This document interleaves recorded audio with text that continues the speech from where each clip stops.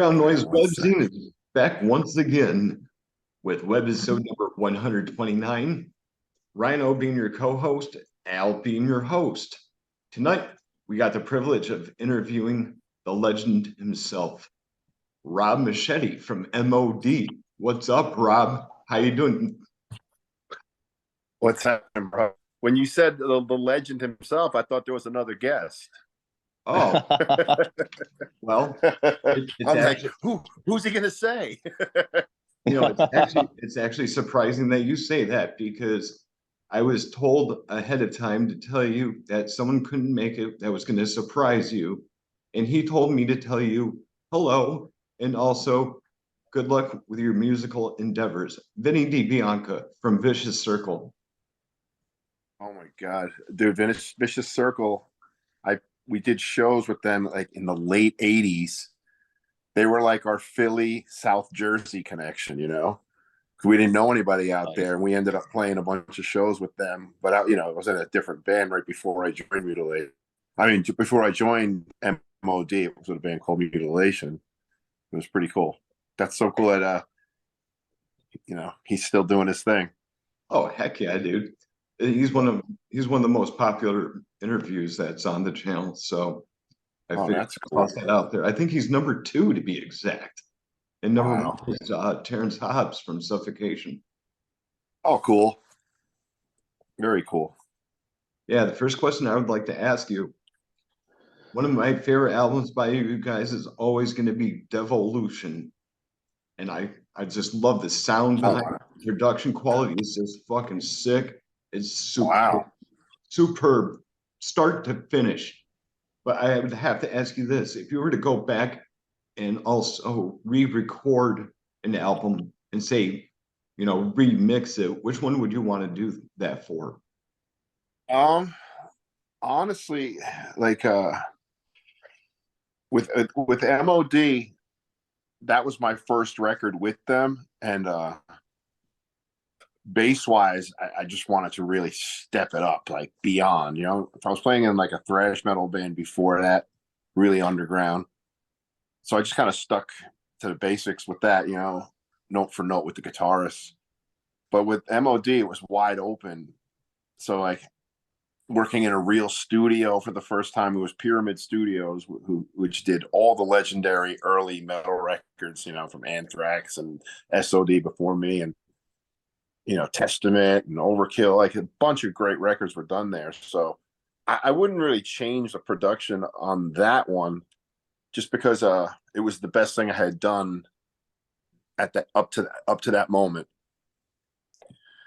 Now playing bass on that, like I said, I really wanted to up my game, and the next record I did after that was playing guitar on a Propane record, Contents Under Pressure. The only thing I would really change about the production on that would be the drums, but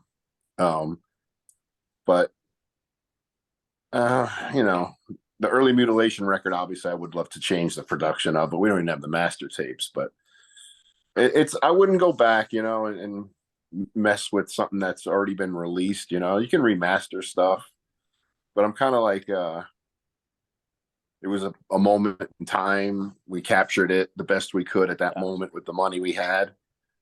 And we you just kind of, as an artist, just kind of live with it, or else you'll never be finished with it. You'll keep going back. Something can always be tweaked. And a lot of musicians, even myself, are either like perfectionists or obsessive compulsive. Of course, you'll listen to everything over and over again and want to fix this and fix that. But sometimes those mistakes add character, and even the production of some older records, like, add so much character. I was speaking to Bobby Gustafson, who played on the first batch of Overkill records, and I was telling him like Feel of Fire is my favorite record, and Taking Over is like close second. And he wasn't all that happy with his guitar sound on that record. And I'm like, oh man, but that's what makes that record, like the whole production of, sometimes money and big production doesn't make it better attitude wise, if that makes any sense. Oh, absolutely, man. I was on a rant there. That was an epic rant. Hey, so, yeah, I mean, I wouldn't go back and remix anything. I live with it. I it was great at that moment, and I don't want to change that feeling we had when we listened to De-Evolution on the big speakers. I didn't even, I wrote half the music on that, and that was amazing for me. But I was called back to the studio. I had left, and Billy was going to do his vocals, and he called me back up and said he wanted me to lay down a bunch of vocals as well, because I did vocals in Mutilation. And I was surprised. And then I was really surprised at how much he wanted me to do. We were doing like a back and forth thing. And it's probably the only M.O.D record in history where vocally we went back and forth a little bit, Yeah, that's So it was, awesome. it It's was, always it good to was have that pretty cool. diversity, because that's basically what my band's all about. We're only a 2-member band, but I let my band member do some vocals while I do some vocals too. Switch off, go back and forth. That's Yeah, pretty. give the other guy a break. Absolutely, dude. Give the guy some air. Yeah. That can't hurt none. Yeah, and luckily I knew all the songs that I didn't play on. We did a lot of S.O.D and a lot of the early M.O.D songs, and so I was a fan before I was in the band. So all the songs and the lyrics are in my head anyway. So anytime Billy needed like a bailout, or he in the last tour we did 2019, he didn't need me to bail him out, but on the 93, 90, 94 tour, even though he was younger and probably in better shape, some nights were a struggle to get through the sets vocally, So I would he would just give me a look and I would take a verse, We had this telekinetic thing going on where he didn't have to tell me, hey, sing the next verse. He would just kind of look at me, and I read it, pretty well. So that was fun, being able to sing songs that I, used to get high to in the woods in high school, the S.O.D songs and USA for the songs. Yeah, it was pretty cool. I gotta hand it to you, Rob, because being clairvoyant is something that I can relate to. So I'm a little bit like that myself. So that's awesome, dude. I can meet some people every now and again. It's great with musicians because right away if you have chemistry with people, and I played with great musicians, but some of them we didn't. There was like a wall, and we didn't communicate. But we knew our parts. We didn't have to communicate. But sometimes it's cool just being able to speak with somebody without saying anything. The funny thing is that the people I had that connection with on stage from prior bands, those are the ones that I keep in touch with. So. And keep a friendship with still, because it's like there's something extra other than just the music or just friendship. There's like a almost like a spiritual connection, Absolutely, dude. Absolutely. Well, I'm gonna hand it over to Rhino right now so he can see what he throws at you tonight. What you got, buddy? All right, cool. All right, man. First and foremost, is there anything you'd like to confess to Underground Noise Webzine? Confess. We're doing confessionals now. That's his favorite question too. Okay, I confess that I'm like Kerry King, where all I listen to is metal. I listen to everything. So my confession is that I like music that people probably wouldn't expect, but if they follow me online or on my Facebook page or my Instagram, they would know that I'm pretty diverse when it comes to music, So my confession is that, I don't have venom running through my veins, and I don't sleep in a closet upside down and drink blood. Damn. Not yet. Give it time. All right.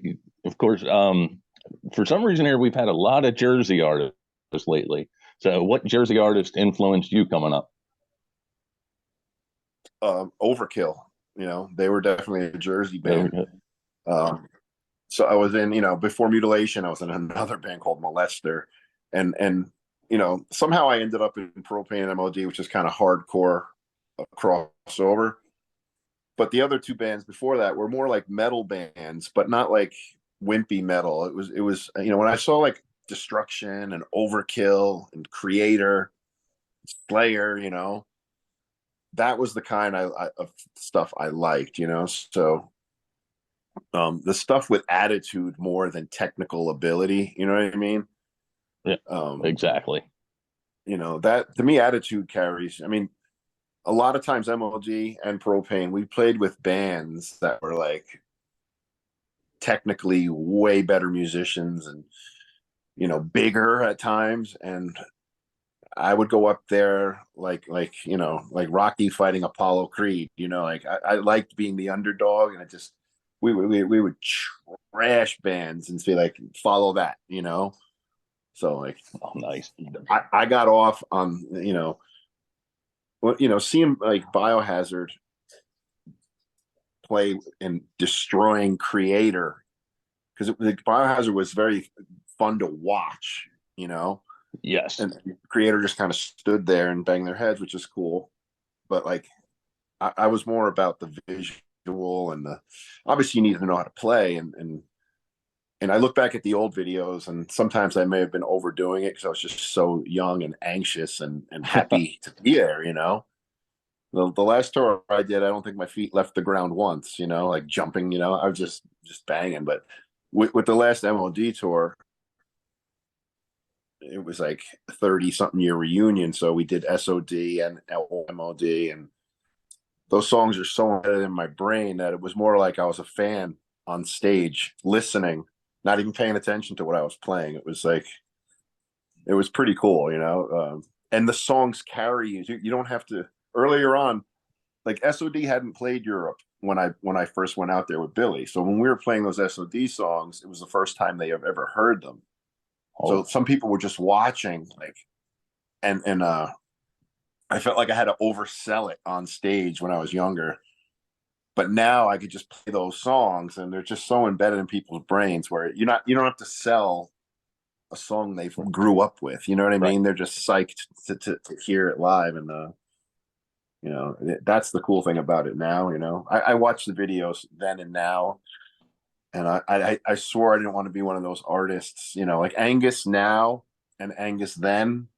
There's a difference. You know, Big he's still going difference. crazy, and Just at yeah, a he's still slower banging his pace. head. Yeah. It's a little more controlled, and it's a little more controlled, you know. But in the early days, he was venomous, and that's kind of, you know, that's how I tried to be, you know, when I was younger. But sometimes I look at the videos and I was like, oh, I was just hamming it up way too much, but I was excited, you know. It's funny. I saw back in the early '90s Biohazard a couple times. I cannot remember. I know Billy and Evan. I can't remember the third guitarist, the guy that would go in circles. He would like jump in Oh, you got circles Bobby while Hamill. playing. Yeah, That's Bobby it. But Hamill. but on Yeah, this they reunion pretty tour, he much. wasn't jumping, and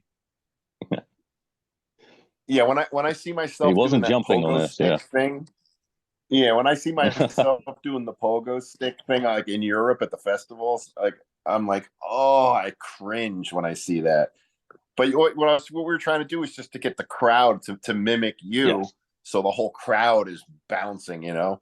But when you don't have to do that anymore because the songs are just so, you know, iconic or whatever, you know, that was the best part about the last tour I did. It was much different for me, you know. Like we played in Russia, we played 2 shows in Russia, and they knew every word, you know. And obviously, no one's playing Russia ever again in our lifetime, you know. So it was a kind of a cool thing to do, but it was as if we were playing in Dingbats in New Jersey, except where we Oh were yeah. in St. Petersburg and Moscow. Just a small club of metalheads. Everyone got along. Everyone was cool. It was my first time there, so I didn't know what to expect, you know. But wow, it was the best shows of the tour, you know. I was like, really, like you said, music succeeds where politics and religion failed, you know. They couldn't care It's less about our political views in that club, you know. They're just metalheads like everywhere else, right. you know. And what sucks is I got friends from the Ukraine that come and see us as well, in like Slovenia and Slovakia, and now their neighborhoods are a war zone, and I'm still in touch with them. You know, as early as today, I was, you know, in contact with one of the friends from over there, and it's crazy that we've played these countries that have been, you know, in war. Like we've played in Yugoslavia, and then Months later, they get invaded back in the 90s. Then we play Russia, and now there's this, world war going on, and it's bizarre, very bizarre. For sure. What you got, Al? Well, first off, I gotta tell you, Rob, you're in the top 4 thrash metal bands of all time, as far as I'm concerned. Oh wow, that's awesome. Which one, Propane or M.O.D? M.O.D. Yeah, all the way. I cool, considered Propane a little more hardcore. Yeah, because what I was I do too. What I was gonna say though, in general, was that going back to the Devolution album, as we were discussing before, all I gotta say is whoever was doing the high pitched vocals kind of reminded me of Vision of Disorder. Well, it was Billy, and to me, he sounded like a little bit like Nuclear Assault. That too. On that album. Yeah, but the weird thing for me is, I think my influence on that record made it not an M.O.D. record. Like, I honestly at times have thought like that should have been a Billy Milano solo record, or because he was doing a project before that with Bobby Gustafson from Overkill. It was called like Bully Dance, and I think some of the riffs ended up on this record from that project. If you listen to that record, it doesn't sound like any other one, but I think every M.O.D. record is different, because different members bring something different to the table. So it's cool. If you look at the whole catalog, that would probably be our more serious era of the band. Like the first record was tongue-in-cheek, political. The next 2 records, Gross Misconduct, it's still kind of like not parody or novelty, but not all that serious, And then when they did Rhythm of Fear, that's when I joined during the tour. And when I heard that record, I go, oh, this is a little more serious. But they still had songs like, Courageous Cat and Minute Mouse on the album, and like Fee Fi Fo Fum kind of things going on. But when I joined and we toured Europe, we became a much more serious band, So when we wrote the material, there was nothing, jokey about the record I did with them. And then after I left, he kind of went back to that original formula of, like kind of like what Murphy's Law does, like not all political or gloom, but that's just where his head was at, lyrically, and it suited the music. So yeah, whenever I think it's definitely the most unique album out of the M.O.D. collection. But I don't demand to play those songs live when we make a set list just because I'm on them. I want to play what the audience wants to hear, not me. Yeah, I can definitely understand that. I mean, with me personally, I wish politics would stay out of music and people would just write about what they enjoy writing about instead of having to make a big deal as to who's who amongst who. You know what I mean? Because if people are going to complain about who they voted for and that person's in office, I tell them, shut the fuck up. You voted? It's your own problem. Don't be bitching at me. That's your own stupid fault, Yeah, I try to keep it out. I try to keep it out, but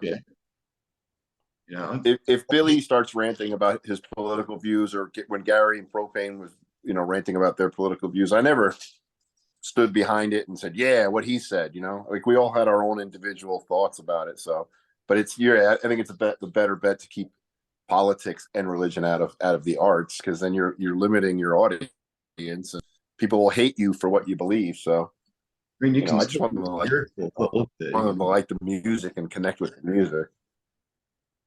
Yeah, it just makes me laugh nowadays at all these satanic bands that are just like, oh, we're just going to write about hating Jesus and all this other shit. I'm just like, well, there you go. There's another religion that people follow. Yep. This happens to be a cult, but that's on them. Hey, Rob, I got to ask you something. I like your flim flam. You like what? I said, I like your flim flam. You like my? Do you like what's my? That? Well, do you like my? Oh, this? Yeah, that. You like that fucker? Oh, okay. I never heard it called that. That's my name. That's what I call until it. he said it. How long did it take you to grow that thing that long? Yeah, I Because like this it. this is about a year old. How Oh long did wow, it take you to grow yours? like 4, Wow. but it stopped. It stopped. It stopped growing. Yeah, someone told me to dye mine. They're like, "You're too Yeah. young to have white hair on your chin." I said, "Hey, leave my wisdom hairs alone." They hurt. That's cool. Hell yeah, dude. Can't go wrong with that shit. Hey, I wanted to ask you, what's M.O.D been up to lately? Are you guys working on a new album, or are you guys doing shows again? Well, right now, they're calling it an EP, probably because it's probably like 6 or 7 songs. Drums are done for it. We're doing it kind of in a different order because I didn't write the material. So usually the bass would go pretty early in on the recording. I'm waiting till all the guitars are done, and then I'm going to lay bass on it, and then Billy will do his vocals. So we're hoping October, November for me to get my parts done, and then Billy's going to sing on it, and then like in the interim, I just keep occupied doing other stuff.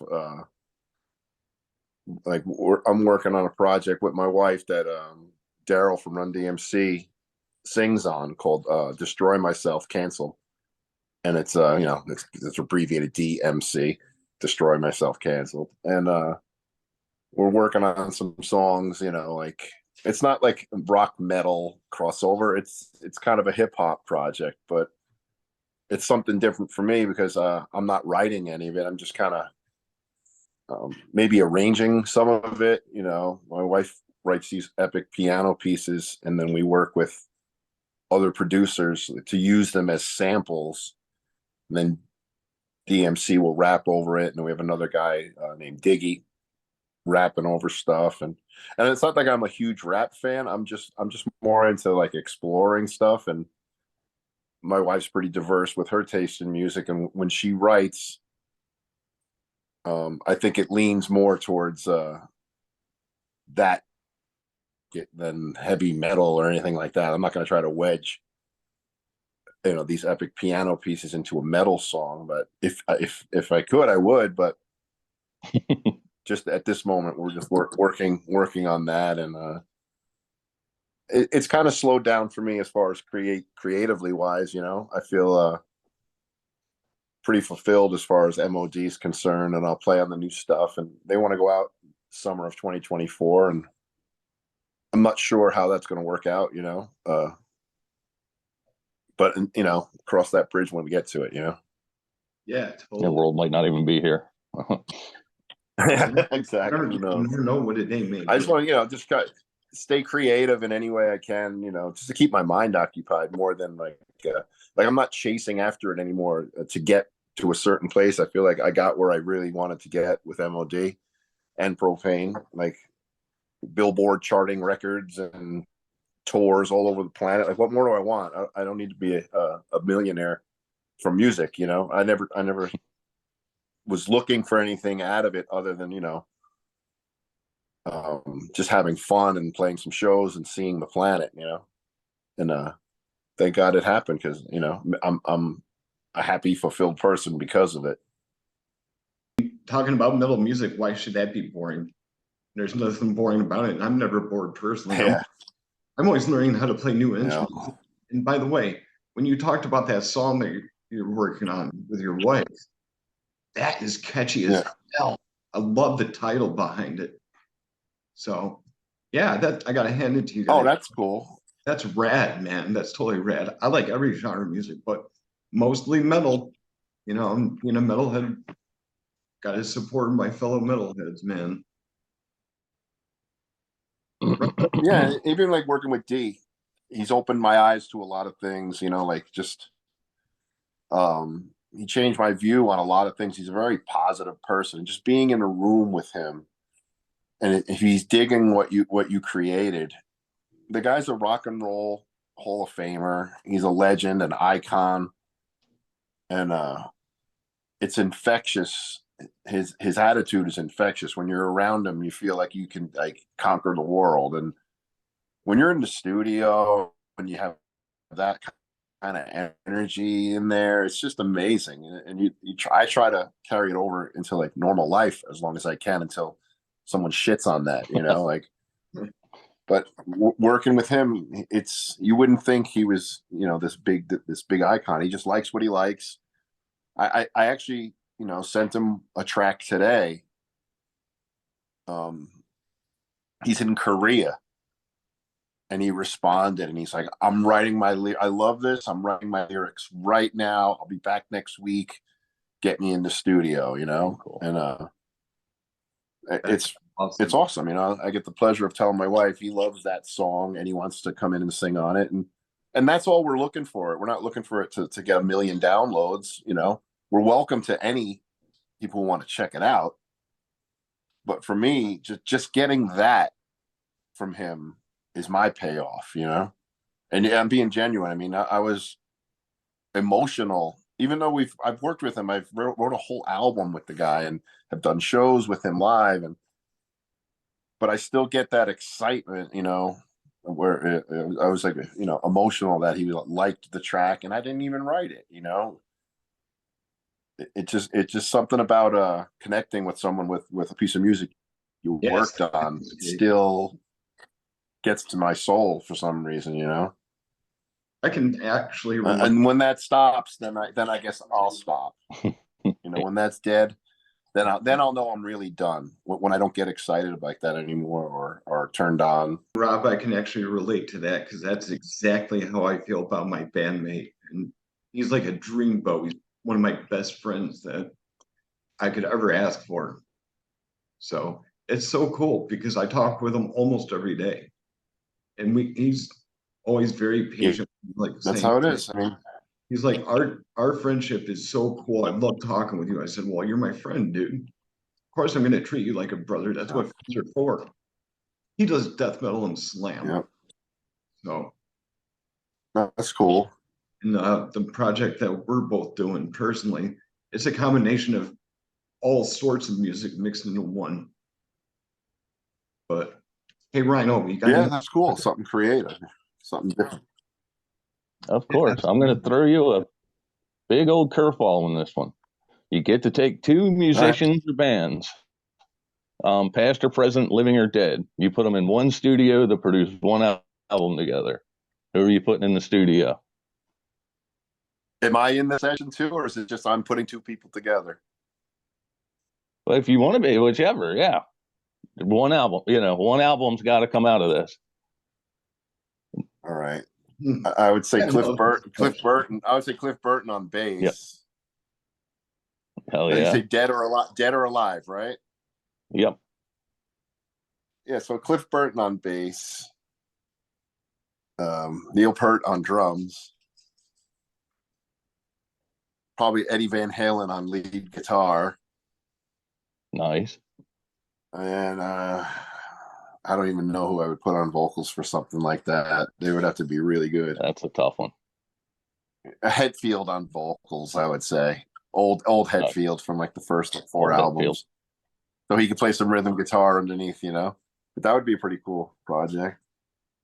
But yeah, I just saw the new 2, Hetfield, by the way. Yep. No problem. What's that? I just saw the new Hetfield a couple months ago. James' son. He's a drummer. Oh yeah. I can't imagine how that went though. Like, Dad, when I grow up, I want to be like Lars. Wow, God, that's funny. But yeah, he's a damn good drummer. That's cool. All right, along those lines. All right. On that though, okay, you get to bring one musician back from the dead. In exchange, though, you have to sacrifice a modern musician to bring them back. Who's coming up and who's going down? Okay. All right. This may be a little sensitive for people, especially these days. But I'd say get rid of Phil and bring back Dime. Yeah, Phil. Yeah, he pretty much tried to kill himself 10,000 times. Yeah, Phil and Samo can go. Just bring Dimebag back because Dime was cool, and Phil was cool to me too. I'm not trashing Phil, but that's a silly answer, but just as a goof, you know. Dimebag was such a nice guy. But yeah, that just on that as a goof, I'd say, you know, those two, like F, Marry, Kill, you know. Oh God, yep.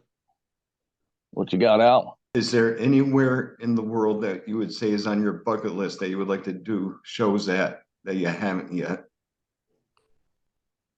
It probably would have been cool to do like Japan or something like that. But it's not so much a bucket list, you know. But that would probably be the one place. That's really cool. That's really cool. Japan. I would have picked Sweden for myself personally because I got to do that, and that was cool. Um, a few years back with a different band, and then I got to see Rush. Rush was the headliner of Sweden Rock, and Kiss was the headliner the next night, but we weren't there that day. Sweden is definitely one of the, you know, in the summertime, Sweden is probably one of the most beautiful places ever, you know. I've been looking for a young Swedish woman. Yeah. Here's my next question for you, Rob. You know, speaking of Sweden, I was going to. So, was there a second part? Was there a second part to that question that I stepped on? Or I forgot. No. You know, I Oh lost no, the not at all. Well, all I was going to say, all right, cool. relating to Sweden, my mom's father, his ancestors came over from Stockholm, Sweden, so that's how he got his last name, Stockholm. So it's pretty cool. Oh wow, that's cool. Yeah. Very cool. My next question for you, Rob, would be that was a bucket list place. You know, that was a bucket list, but now it's not, obviously. Yeah, and I've had it on mine for like the longest fucking time, so it's pretty cool. What I was gonna say is there any band that you would like to share the stage with before you leave this earth? Yeah, I mean, Metallica or Ozzy, you know. That would, you know, I had the chance to do it with Ozzy, but it was in a band that I would have been filling in a band that I don't want to mention, just because I wasn't really a fan. But they were opening for Judas Priest and Ozzy and Scorpions, and I was like, that would be cool because I could get to say I did that. But there would have been a lot of work involved learning all this material that I'm not really even a fan of. So I actually had a little more integrity. Most people would have just learned and did it, you know. But I just didn't like the band that I would have been playing with. It was like, yeah, pay in front of like 50,000 people, but playing something that you're not really into, you know. And I didn't want to fake it. Yeah, I don't blame you, man. It's always good to be real, and I respect your answer. That's cool. Absolutely. Yeah, but you know, Ozzy and Metallica were definitely the two of them. But if it doesn't happen, I can't be disappointed. I don't want to be greedy. You know, I've done more than I expected anyway. So, but it would be cool how many more years Ozzy has on the planet. And I don't think he's touring anymore. So I think that window's closed. But years ago, I got to open for Iron Maiden, which was a huge thing for me.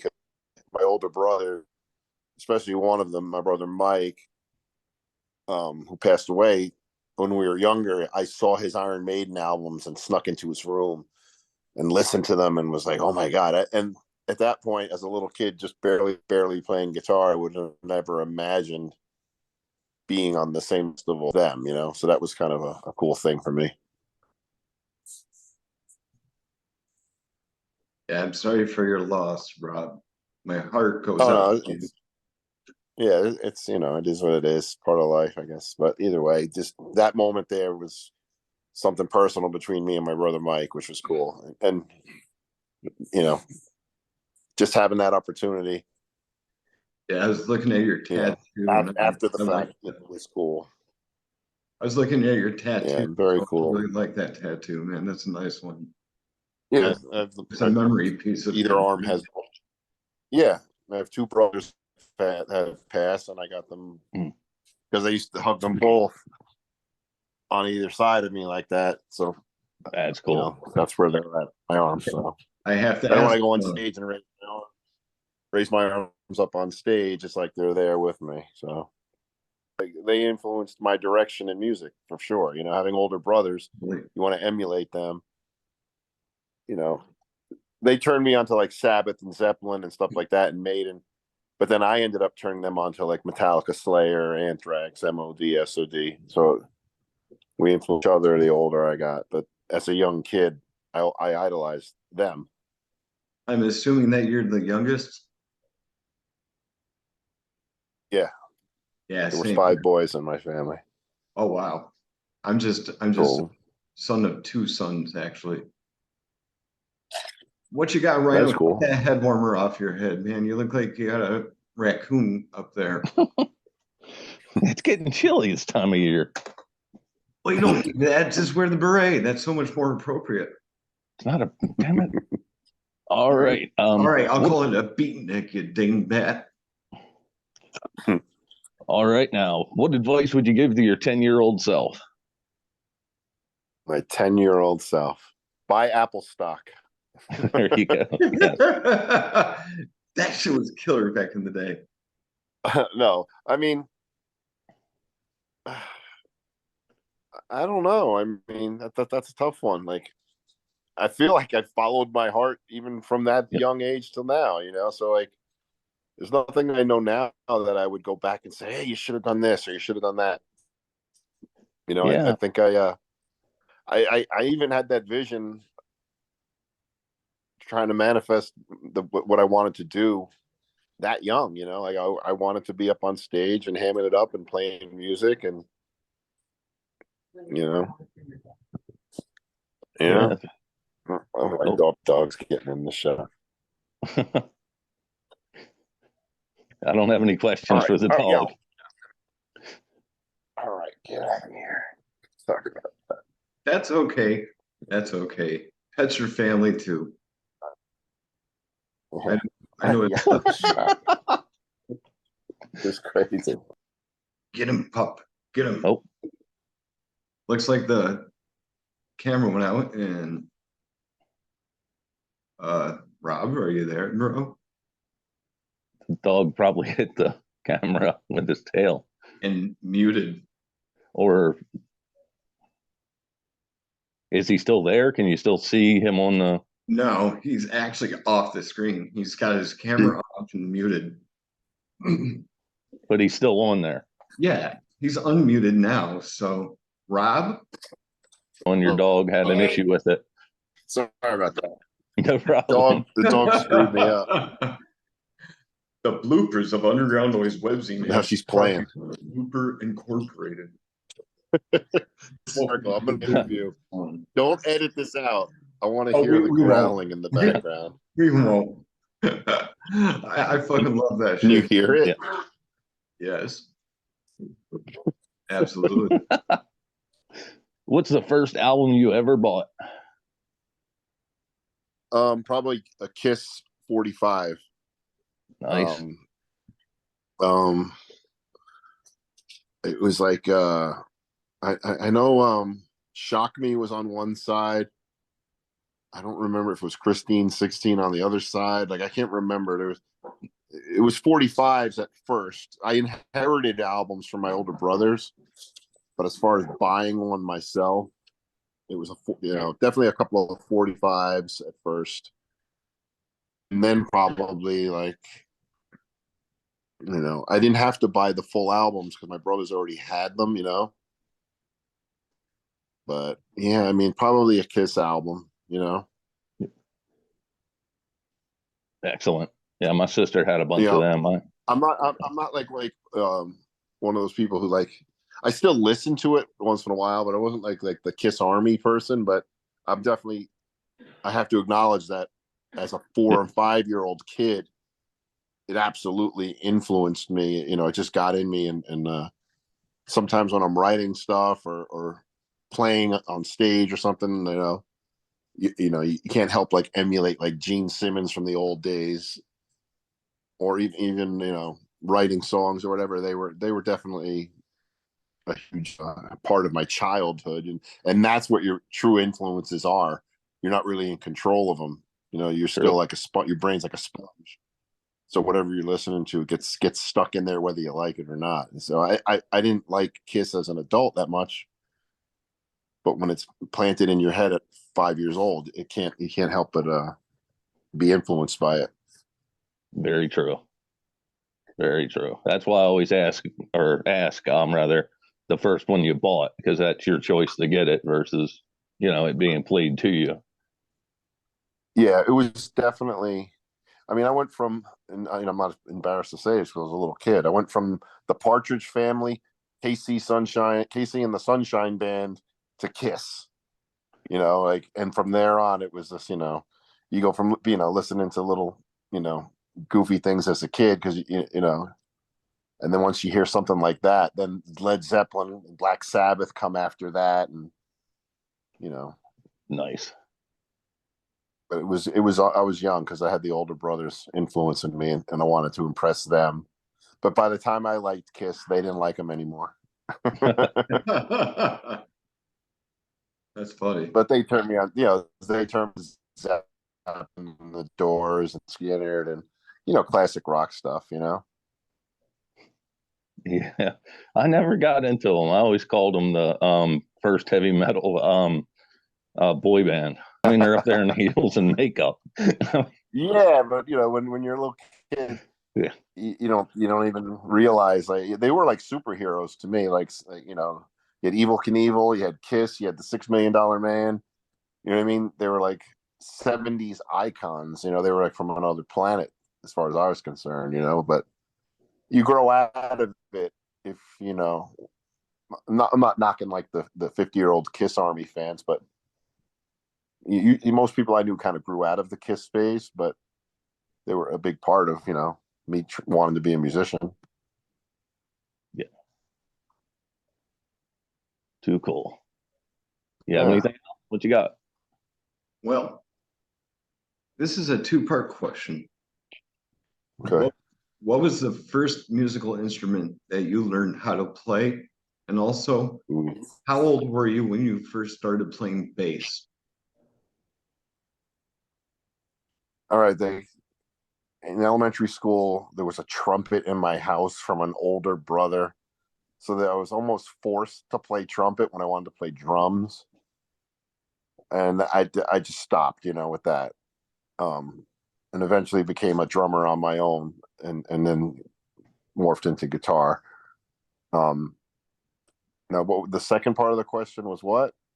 How old were you when you first started playing bass? Oh, okay. As soon as I started playing guitar around 12 years old, I was more of a rhythm player, which served as the bass. There were no bass players around, so I kind of served as the bass player by playing rhythm, just so other people could shred over the top of me. And then it wasn't until like 87 that we were doing a demo, and we didn't have a bass player in the first band, Molester. And there were songs that I had written, so I went in and played the bass on that demo, and it was very solid. I was actually a more competent bass player than guitar player at that point. So it probably had to be around 87-ish, And then I went from playing bass with Molester and playing bass with Mutilation, and eventually getting into M.O.D. And then I went back to guitar, which was my first instrument when Propane came calling. They had seen me play guitar at sound check during a M.O.D. Propane tour, and they called me from Switzerland and they asked if I wanted to play rhythm guitar. They were throwing the other guy out, and I said I'm a bass player, and they said, well, we saw you play guitar every night at sound check, you could play guitar too. So I was just so used to playing bass.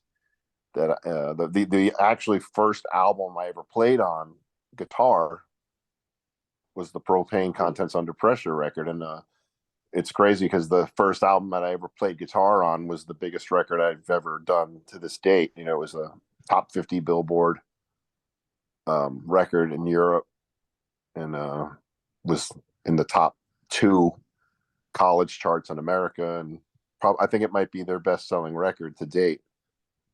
But that was the first record I ever played guitar on, which was really cool. But I had been playing for years, just didn't think I was good enough until I did that record.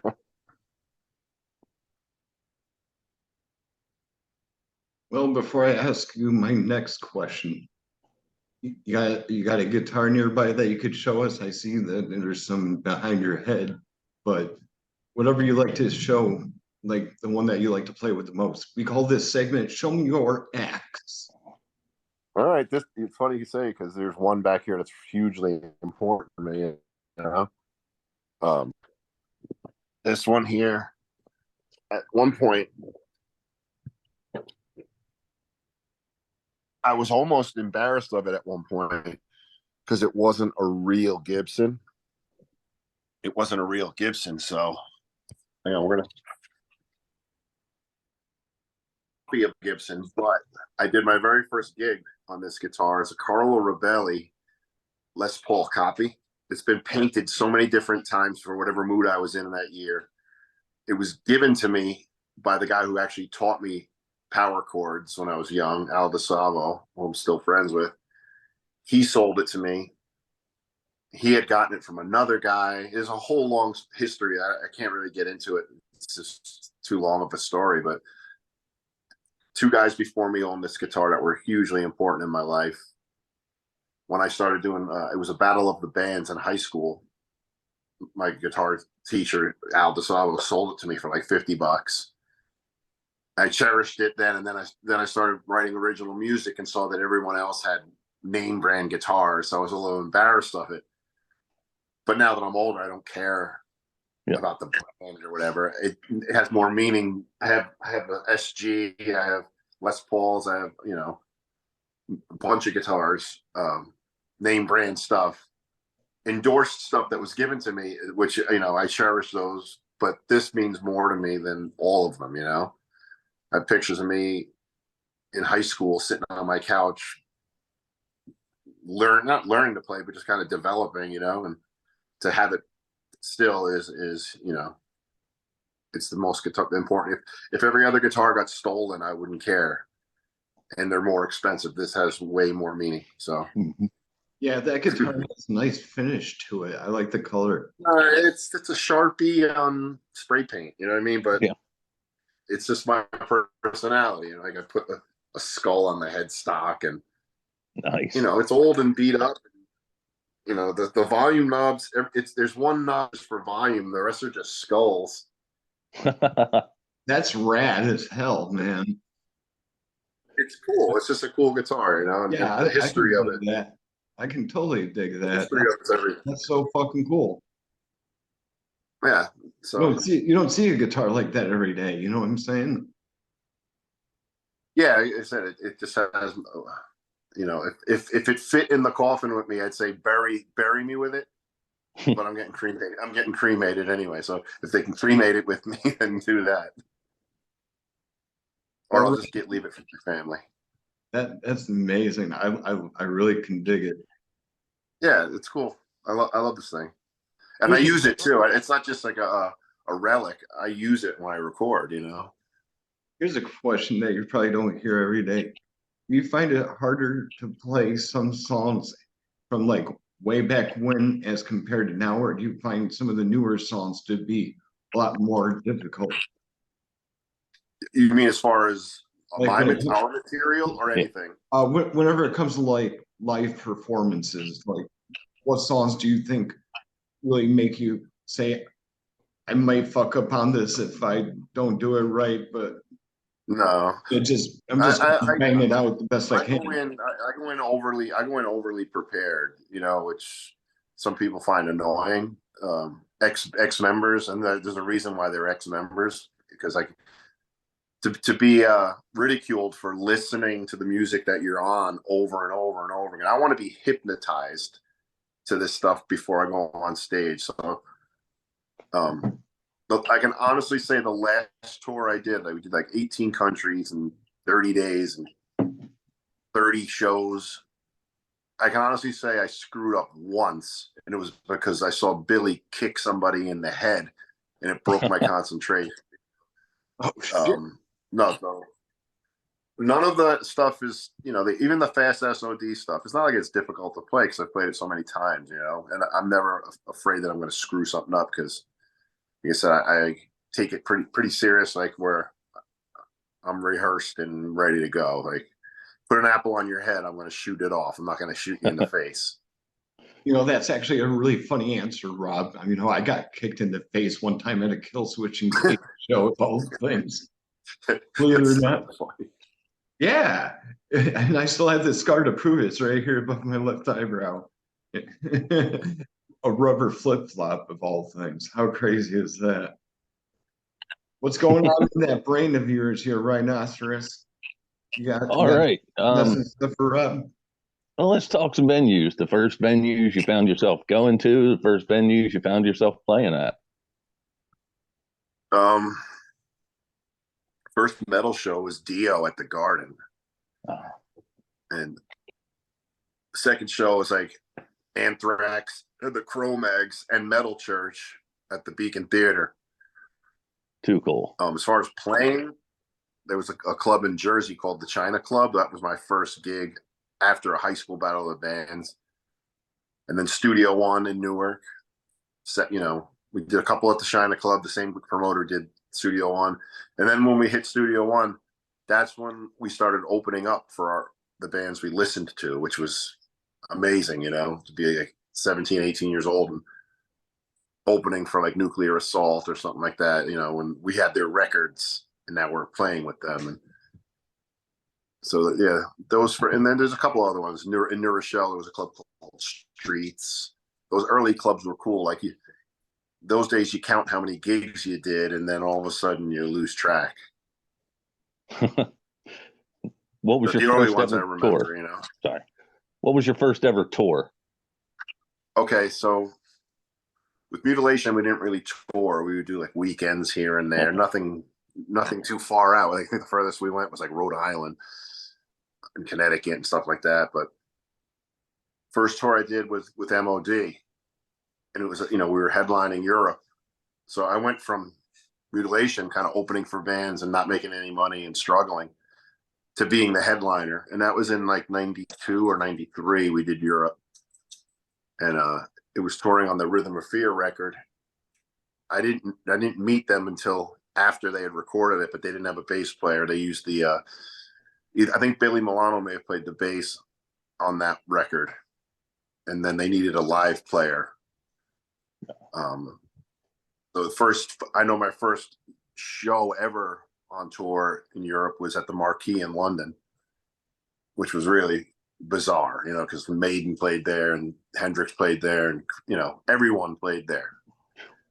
And we go in the dressing room and Paul Di'Anno, the ex-singer of Iron Maiden, is eating our catering. So like my first ever, meeting with him, he was in there eating our food and at the Marquee. This is bizarre. But it was the show was with Madball. Yes. Was on that bill. With Vinny Stigma was actually in the band at that time, and it was cool. Yeah, I have to say I love going up to Jersey for shows. Like Baltimore just sucks. Philly is like all about feelings. Jersey, okay, we can punch each other, no hard feelings, we pick each other up. There's none of that, none of that PC crap. Yeah, I hear you. It's just, I think, where were we at last? What was it? Anchor Rock Club in Atlantic City, yeah. And that was just a cool vibe. That was actually with Cro-Mags, ironically. Oh, you see what just Very happened to them up in Maryland? Somebody No. staged a sexual assault and then tried to blame Harley, Staged saying he grabbed her. Yeah. Oh wow. And then, but the club has their cameras and it showed it didn't happen. Oh, there you go. Yeah. The stuff people will do now. That's crazy. What you got, Mr. Al? Well, okay. This one involves a little bit of role playing from you. Okay, check it out. What I would like to ask you is, say you meet somebody that's one of your fans and they're kind of young and they're just beginning to learn how to play guitar. What advice would you give that person who had asked you for advice by saying, how can I get better at guitar or something like that? What would your answer be? Trying to think. Because I'm trying to think of my own experience with something like that. Just try to be yourself. Don't try to be somebody else. It's okay to emulate, to get your feet wet, but eventually you have to find your own style and then own it. I can name 1,000 bass players better than me and 1,000 guitar players better than me. But once you find what your strengths are, just push those and develop your own style. I knew I wasn't going to be Eddie Van Halen, so I had to become more of a Malcolm Young. You know what I mean? I wasn't going to be Ace Frehley. It would be leaning more towards Paul Stanley. You know what I mean? So I realized that I was a rhythm player, not a shredder, and I just pushed that as far as I could. So anyone coming up, it's good to strive for better, but I didn't think it was obtainable for me. So I would just say find your own legs and don't try to be somebody else. Just be yourself. That's good enough. I'm glad you didn't say Vinnie Vincent. No. That's an excellent answer, Rob. I love that answer. 10 minutes left again, gentlemen. Cool. You want to ask me a question? You can. No. I just thought I'd throw that out there. Hey, there's nothing wrong with that, Rhino. We can. No, I have a fun one. It's not so much fun, but Go ahead. Go ahead, dude.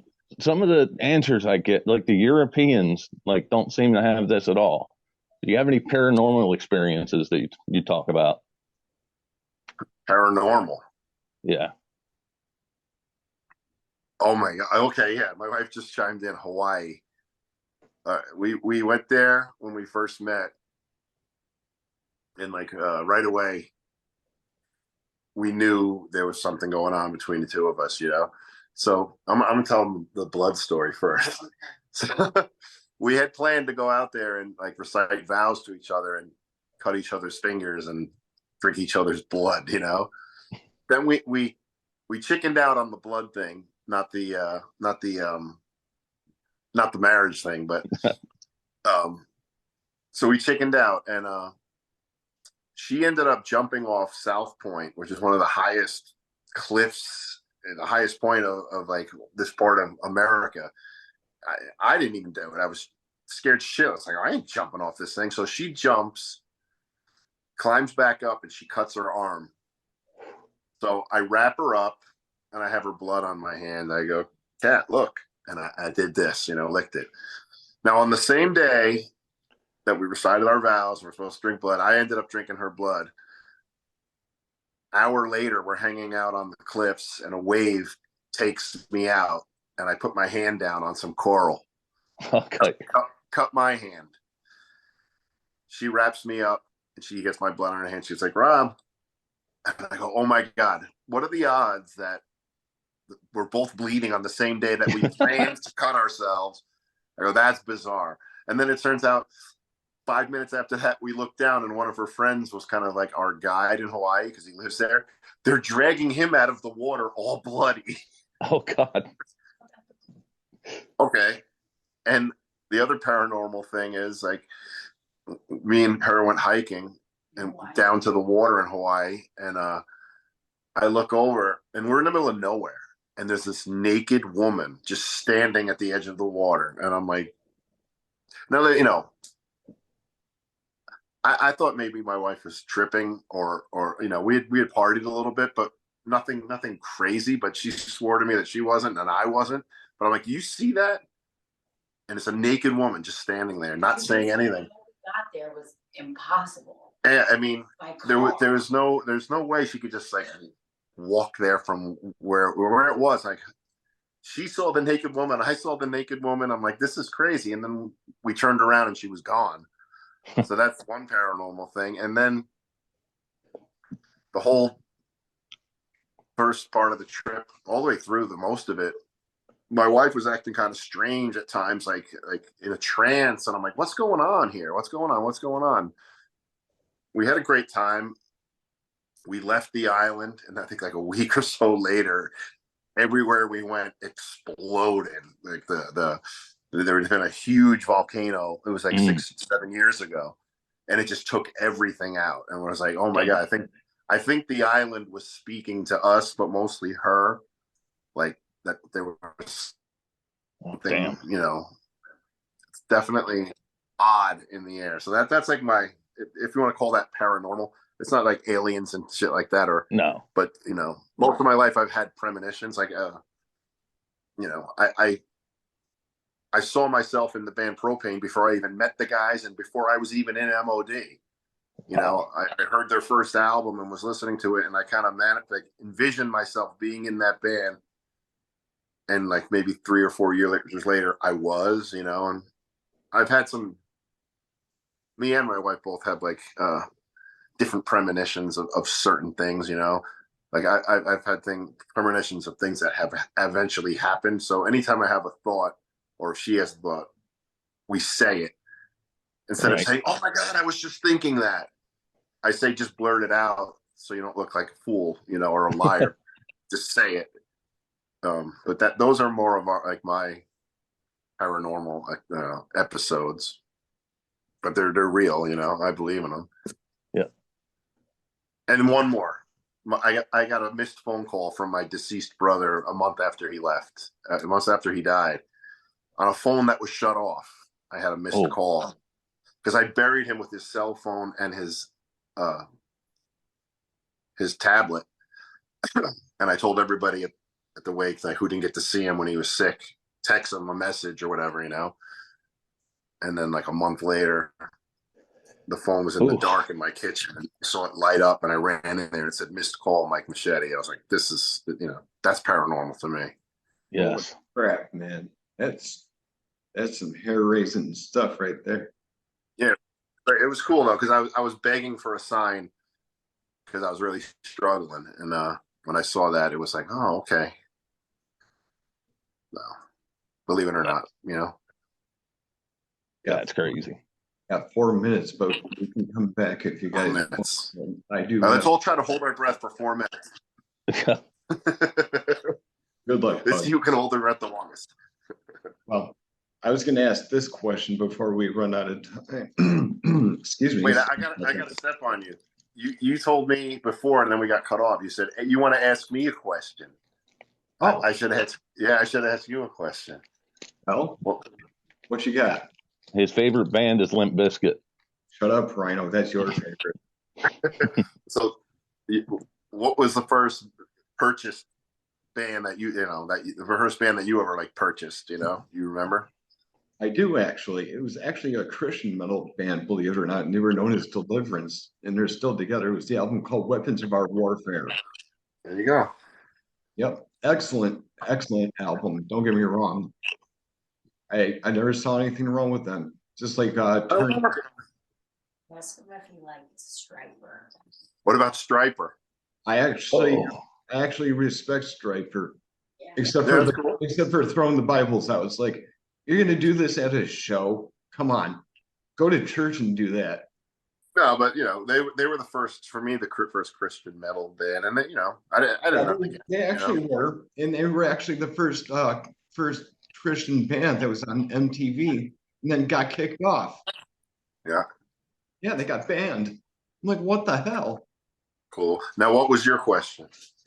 Name your top 3 bands of all time. It can be any metal genre or subgenre. All right. Well, It has to be like, if I have to like specify, like with definitely Metallica, but up to the first, up to And Justice for All. And I'm Okay. not saying I didn't like. I'm not saying I didn't like the Black Album, but that was like a change. They changed from that point on into something else. That's how I feel about those guys Yeah, too. I mean, I still like some of it, but like I think the first four Metallica, definitely say Metallica, Black Sabbath. We said top four or top five. Top three. Oh, top three. Sabbath, Metallica. I would say probably Zeppelin, but not so much now. But for what they did for me when I was younger, I can. So yeah, Zeppelin, Metallica, Sabbath. Cool. Too cool. Rob, what would you like to say to your fans out there that love M.O.D so much? That I've heard some of the new material that I haven't played on yet, and it's viciously heavy. The guitar player Scott Sargent wrote all of the music, and the drummer Mike Fury, I call him, but Arleno, laid down the drums. Like, I've heard versions of these songs, previously, and what these two did so far, it's heavy. Scott's an incredible player, a great riff writer, and a great guy. So it's heavy. It's definitely going to be heavy.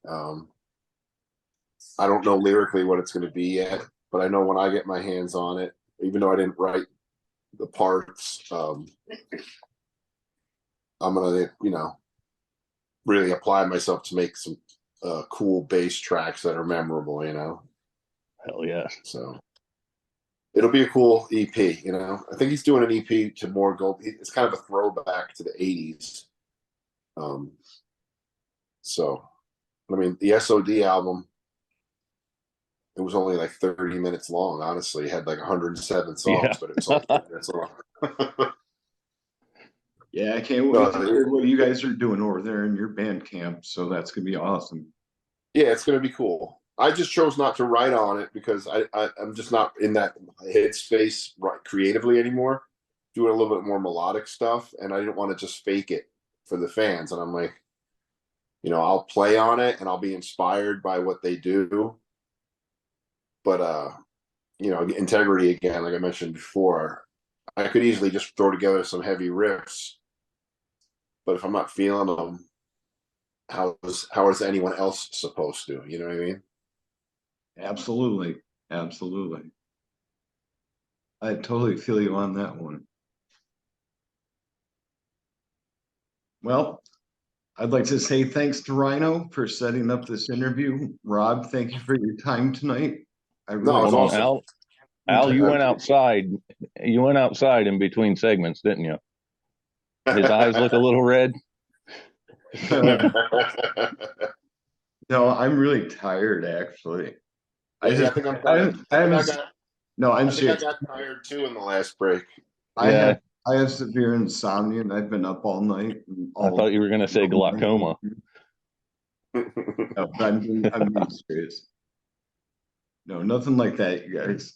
But anyway, like I was saying, Rob, thanks for your time tonight. Thanks for being a guest, and you've been an awesome impact for years to me. So, thanks, dude. That means the world to me. That means more than money to me. I'd like to ask you this before we have to go. Mm-hmm. Do you have any final words for Underground Noise Webzine? Stay underground. Don't go mainstream. For sure. Underground, you get to do what you want. You go mainstream, and then all of a sudden, things change. You could be like, exactly. Look what happened to Wayne's World when they went commercial. Stay in the basement. Heck yeah, dude. I'm with you on that one for real. All right, cool. It's like they're only doing it for the money. Yes, that's right. Cheers to that. I'm drinking a Mountain Dew Zero Sugar Voodoo 5, which tastes like cherry airheads, and that's the actual mystery flavor this year. Oh my god. But yeah, Mountain Dew's got more flavors than condoms. Go figure. Oh, how do you know that? I don't. What are they gonna come out with next? Condom flavored Mountain Dew or Mountain Dew flavored condoms? Who the fuck knows, man? It's anything's possible these days, they say. But yeah, once again, Rob, thank you so much for being on our No, show. man. Thank you. Anytime, Really man. appreciate what you're doing out there. And keep going, man. Keep shredding until you can't do it. Because I'm gonna Thank keep you, doing Rob. it until I can't do it. Appreciate it, guys. Thank you so Yeah. much. Nightmare you. Trips loves you guys. Oh, thanks, guys. And I'll so see you does out there. my noise Webbsing. Sounds good, man. Peace, guys. Peace. Rock and roll.